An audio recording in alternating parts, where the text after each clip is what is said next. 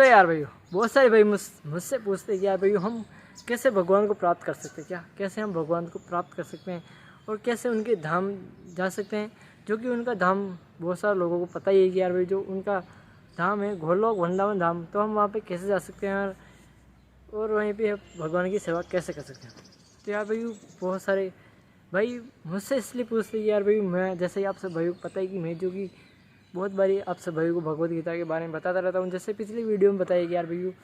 भगवत गीता के अनुसार बकरे की बलि देना क्या सही या फिर गलत है। तो यार भाई आपको पता चल गया होगा कि यार भाई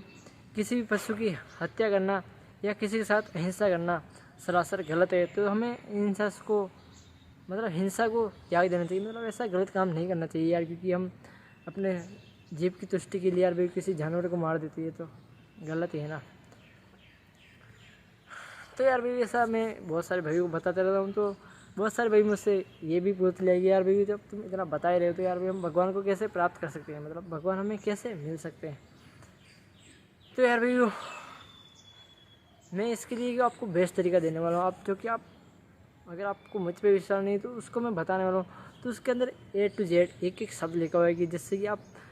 खुद भी जाके पढ़ो यार भाई। मैं तो आप चाहता हूँ यार भाई आप सब भाई लोग पढ़ो, और जिससे कि आपको ज्ञान में वृद्धि और आप भगवान के बारे में ज़्यादा से ज़्यादा जान पाओगे कि यार भाई मेरे से ज़्यादा तो भगवान जानते हैं। और भगवान श्री कृष्ण भगवान ने खुद ने बताया कि यार भाई कोई भी मतलब कोई भी इंसान कोई भी जीव जो भगवान को कैसे प्राप्त कर सकता है, मतलब कि भगवान उनको कैसे मिल सकते हैं। तो यार भाई ये जो सब कुछ बताया वो जैसे आपसे भाई को पता है कि श्री कृष्ण भगवान ने श्री अर्जुन भगवान महाराज को कुरुक्षेत्र के मैदान में आज से 5200 साल पहले बताया था। और वो थी श्रीमद् भगवत गीता, जिसके अंदर यार भी श्री कृष्ण भगवान ने सारे ऐसे तरीके बताए जिससे कि हम अपनी लाइफ को कितनी आसानी तरीके से जी सकते हैं। अब वो अपनी लाइफ का मैन्यूअल है और हम कैसे श्री कृष्ण भगवान की यहाँ पे भी सेवा कर सकते हैं और आगे चल के हम कृष्ण भगवान के धाम है जो कि उनको गोलोक वृंदावन धाम है, वैकुंठा धाम है, वहाँ पे जा सकते हैं। तो यार भी वैसे तो बहुत कुछ बताया है जो कि मैं अभी आपको 4-5 शब्दों में या 4-5 मिनटों में एक्सप्लेन नहीं कर सकता। तो यार भाई जो भगवत गीता के 18 अध्याय का 46वां श्लोक है उसके अंदर भी बताया गया है कि यार भाई थोड़ा बहुत बताया होता हूँ मैं आपको कि यार भाई उसमें क्या बताया गया यार भाई अगर हमें भगवान को प्राप्त करना तो हम कैसे प्राप्त कर सकते हैं। तो यार भाई हम भगवान को प्राप्त करना तो जैसे उसके अंदर बताया कि यार भाई उदाहरण दिया गया है कि यार भाई अगर जैसे कोई एक बॉयफ्रेंड होता है एक गर्लफ्रेंड होती है, तो जैसे कोई गर्लफ्रेंड अपने बॉयफ्रेंड को हरदम याद करती रहती है, उसके बारे में सोचती रहती है कि यार भाई मेरा जो बॉयफ्रेंड अभी क्या कर रहा होगा, इस टाइम क्या कर रहा होगा, क्या खा रहा होगा, कैसे सो रहा होगा और क्या पढ़ रहा होगा। तो ऐसे सोचती रहती है। जैसे ठीक इसी प्रकार हम भी अगर हम कृष्ण भगवान के अपने मन में बिठा ले और हम सोचें कि यार भाई हम कृष्ण भगवान की कैसे सेवा कर सकते हैं, उसके लिए क्या क्या क्या बेहतर कर सकते हैं,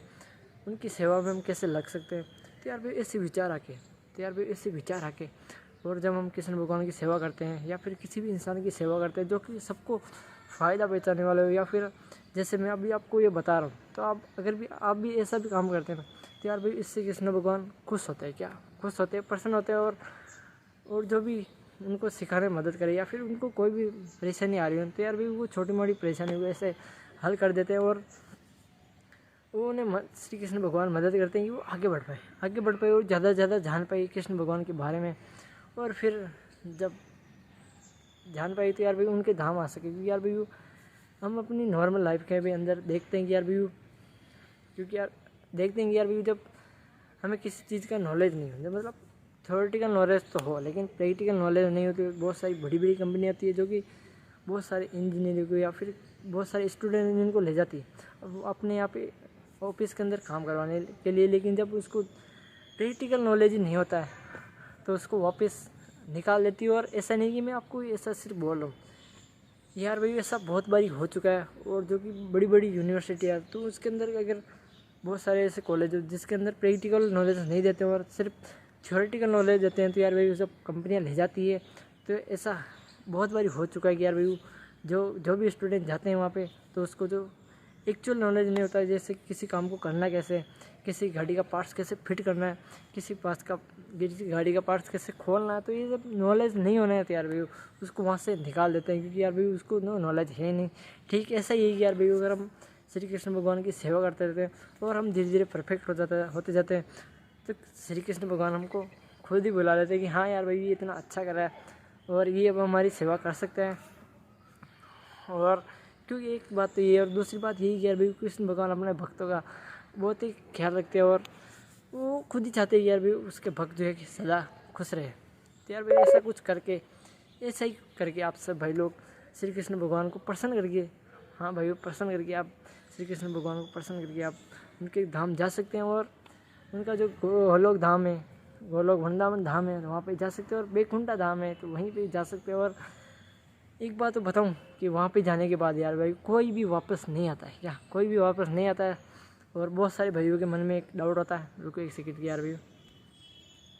तो यार भाई बहुत सारे भाइयों के मन में एक डाउट होता है कि यार भाई हम स्वर्ग जाना चाहते हैं, लेकिन यार भाई एक बात बताऊँ कि स्वर्ग जाने के बाद में यार भाई जितने हमने अच्छे कर्म किए होते हैं ना,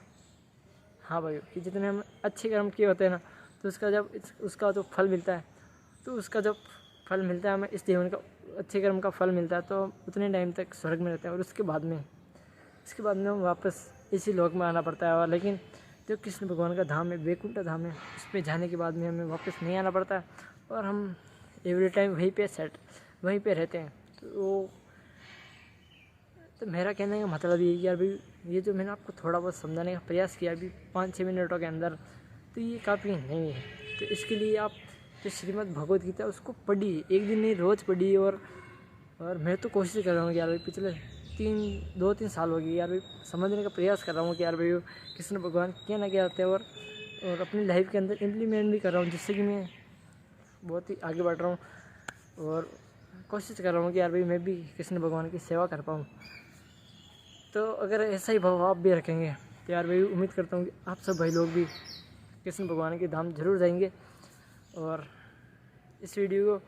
अब यहीं पे एंड करते हैं। और यार भाई अगर आपको ये वीडियो पसंद आई तो लाइक करें और अगर आप चैनल पर नए हैं तो चैनल को जल्दी सब्सक्राइब कर लो और साथ में इस घंटे बटन को दबा दो, क्योंकि आपका एक छोटा भाई आप सब भाइयों के लिए ऐसी वीडियोस लाता रहता है जो कि आपको बहुत कुछ सिखाने वाली हो, वो भी फ्री के अंदर। और यार भाई उम्मीद करता हूँ आज की वीडियो में आपको कुछ थोड़ा बहुत तो समझ में आया होगा, वो भी श्री कृष्ण भगवान के बारे में, यार भाई हम कैसे उनके धाम जा सकते हैं। और यार भाई को गलती होगी तो प्लीज़ माफ़ कर देना यार। और हम मिलते हैं इसकी नेक्स्ट वीडियो में आप सब भाइयों के लिए इसी वीडियो लेके जो आपको बहुत कुछ सिखाने वाली हो। तब तक के लिए जय हिंद, जय भारत।